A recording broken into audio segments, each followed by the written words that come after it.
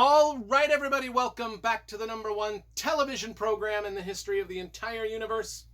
I am Brian Lee Durfee, author of The Forgetting Moon, The Blackest Heart, and The Lonesome Crown, all three books published by Simon & Schuster's Saga Press. Today I'm going to be reviewing George R.R. Martin's novel, Fevre Dream. I think it's pronounced Fever Dream, at least for the duration of this video. I'm going to pronounce it Fever Dream, although it's spelt weird. It's either Fever Dream or it's Favre Dream or Fevre Dream or Favre Dream. I don't know what it's called. But anyway, I'm going to just pronounce it Fever Dream. Book came out in 1982, long before George R.R. Martin wrote Game of Thrones, which I have. Everybody knows George R.R. Martin from Game of Thrones. Now, I have met George R.R. Martin just once.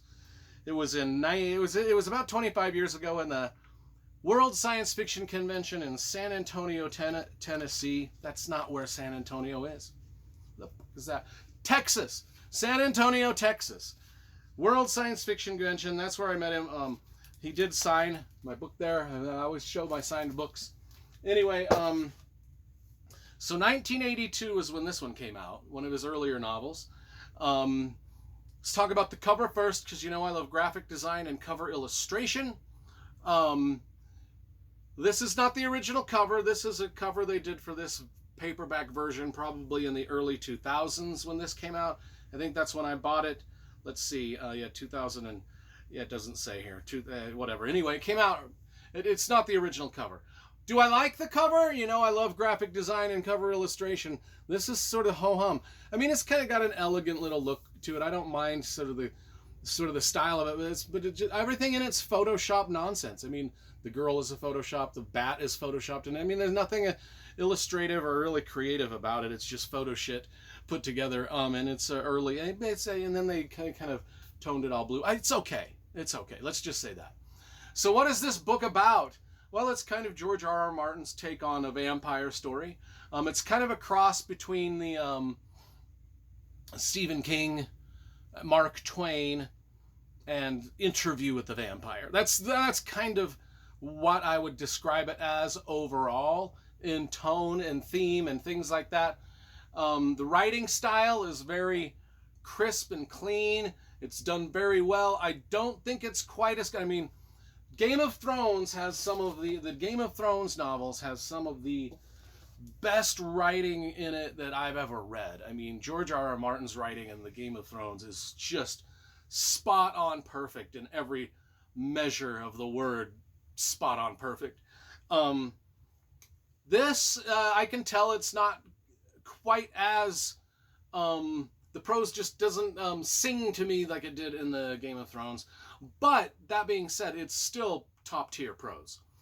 And it's written very well. It's about two main characters. Abner Marsh, who we meet at the beginning. In 1857 is when this takes place along the Mississippi River. Abner Marsh is this 300-pound bearded faced. I don't even need to add the word faced. Bearded dude, big guy. He's a big guy with a beard. And like real 300 pounds in 1857 was huge. People just didn't get fat like that back then. Well, I'm sure they did, but there's a hell of a lot more of you know, I used to be fat. That's why I can fat shame. I used to be fat. I used to be really fat. The only reason I'm skinny is because I was in the hospital for a long time. It wasn't through exercise. But anyway, let's go. Okay, so let's, where were we? Abner Marsh is one of our main characters. He's kind of like this guy, well, he's a guy, and he does things. For instance, he's very entertained and enraptured, and his life kind of revolves around these steamships and stuff like that. Now he meets a guy named Joshua York, who's another guy, who's pale, very young.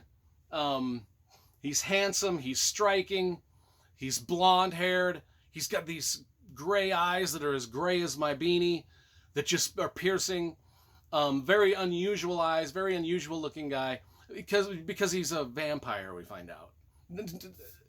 That's not a spoiler to the book. I mean, it's right on the back. It's a vampire thing. In fact, it's a pretty good vampire novel. I would rank it as one of the better vampire novels. But anyway, he's also a guy involved in things like Abner Marsh, the steamships, racing of steamships, making steamships very elegant for the Mississippi River. And he's quite good looking for his age because he's an old vampire. He's like Edward from the Twilight series. He's old, but he still looks young. I mean, he could go to high school like Edward did with his, you know how Edward was like 7,000 years old and was still going to high school. I don't think Joshua York in this story was still going to high school, but he was a capitalist in search of a very fast steamship that he wanted to partner up with Abner Marsh, and they were going to take the steamship on a journey. And Joshua York, the vampire character, his only thing was, I have to be in charge of everything. I know we're partners, but I get to say, I get to do whatever I want whenever I want with this ship. I get to make all the rules for all the passengers and crew, and you cannot question me at all. And if you do start questioning me, I will just lie to you. And Abner Marsh is like, okay, sounds good, like a really great plan. So that's kind of the setup of this story with these steamships.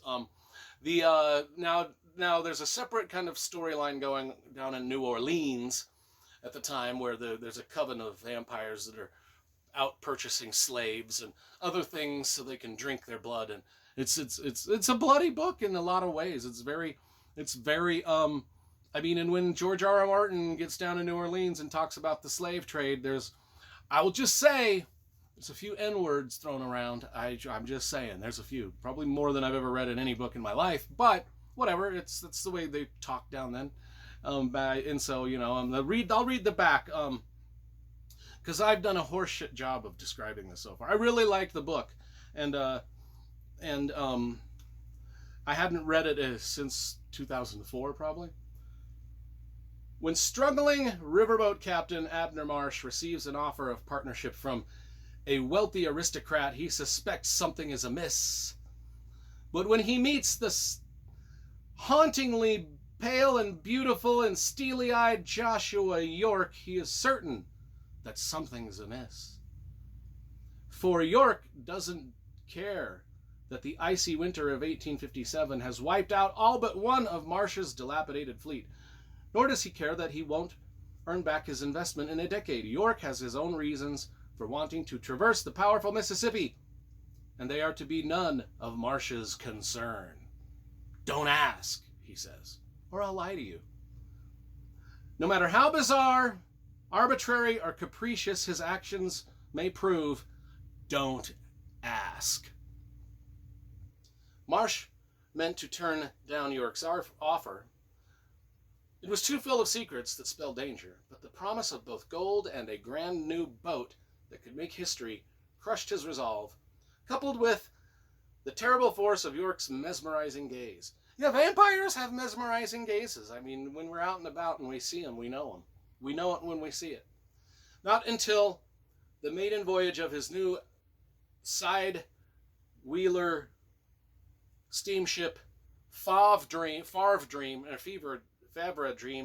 could Marsh realize he had joined a mission both more sinister and perhaps more noble than his most fantastic nightmare, and mankind's most impossible dream.